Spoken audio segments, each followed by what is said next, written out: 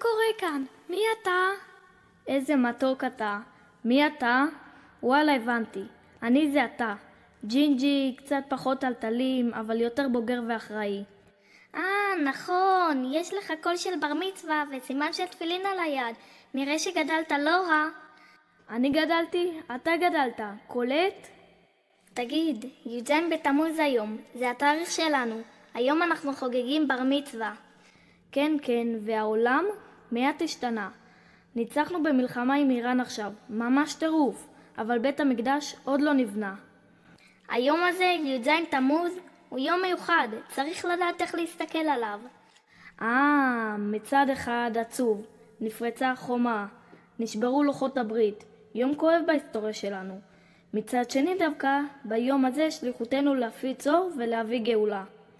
סומך עליך, נולדת עם כישרונות וחוכמת חיים. ספר לי מנחצ'וק תובנה יפה שלמדת. למדתי שגאולה נחלקת לשתיים.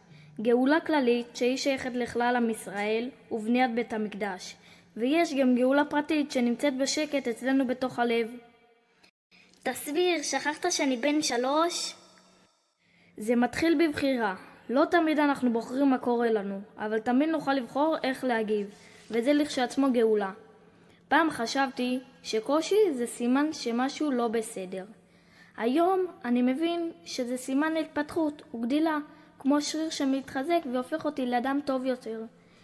פעם כשהרגשתי כעס, תסכול ורגשות כאלה לא נעימים, ניסיתי חזק לא להרגיש אותם ולהדחיק. היום אני מבין שהם חלק בלתי נפרד מהחיים שלנו, ואני לומד לחבק אותם עד שהם חולפים. פעם חשבתי שלפעמים כשלא טוב, אז הכל נראה שחור. היום אני מבין שבכל מצב יש נקודות אור, יש תמיד על מה להודות. פעם חשבתי שלסלוח זה לחלשים. טוב, הבנתי אותך. גלות, גאולה. יש בך רגישות, נולדת איתה. השם נתן לנו אותה במתנה. זה קצת כמו הכותל, מלא אבנים קטנות. כל אבן היא איש. כל אבן היא סיפור של אדם שנהיה טוב יותר. אבנים של גבורה יהודית, מסירות, אהבה והודיה. כל אבן סיפור בשרשרת הדורות של עם ישראל. והאור שלנו התחיל ביום שנולדנו. כשנולדים ביום כזה יש מטרה אחת, להעיר. מקדש במהרה בימינו ותן חלקנו בתורתך. שיבנה בית המקדש במהרה בימינו ותן חלקנו בתורתך. שיבנה בית המקדש